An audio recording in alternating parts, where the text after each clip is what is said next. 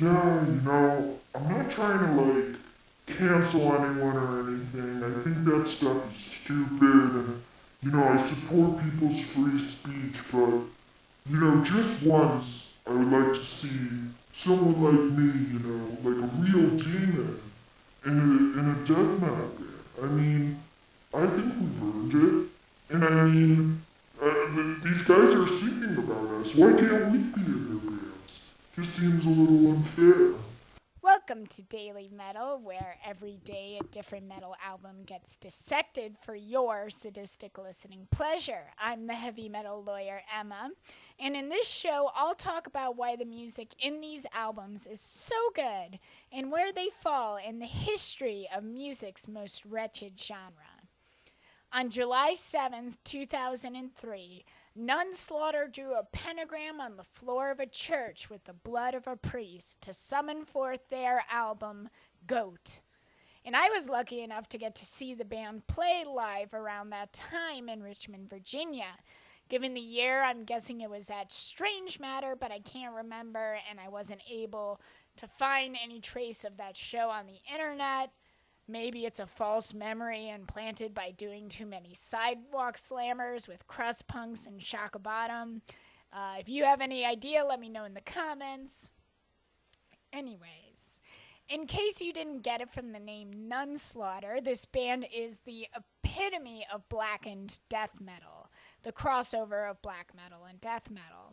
The band stands out from a lot of their fellow death metal bands in that their songs are often 2 minutes or less long, the kind of length you'd expect from hardcore or grindcore bands. And that ferocity and energy you get from hardcore or grindcore is definitely present in the album Goat.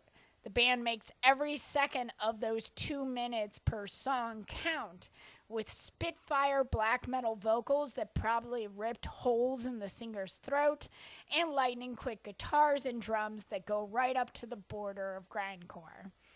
Nunslaughter started in 1987, and the first 15 years of releases aren't particularly interesting, but Goat was where the band had perfected their brand of satanic as fuck black and death metal. From the almost hilariously blasphemous song titles like Raid the Covenant and The Guts of Christ, to epic drum fills in the breakdown of Angel Hunt, to the Slayer-esque riffs on Thou Art in the Kingdom of Hell. Those drum fills are particularly impressive because drummer Jim Sadist, RIP, also did the vocals, which again would be taxing on even the most experienced metal screamer. The track Satanic Slut is a notable exception, sounding like a weird attempt to fit cock rock into their musical style, and it just winds up sounding dorky and sexist. But those short song lengths are a blessing in this regard because that 2 minutes of the album is over before you know it. The band appropriately digs deep into satanic lore, hundreds of years deep, in the album's climax, the Sephiroth, which gives the last track on the album, Jesus is Doomed, the feeling of a high energy encore. Nunslaughter is the answer to all the corny or half-hearted bands flirting with Satanism, and I'm sure the Dark Lord himself is proud of the evil they brought to this world. So, do you agree that Nunslaughter is the peak of Satan-worshipping death metal? Or is there another band that deserves that unholy title?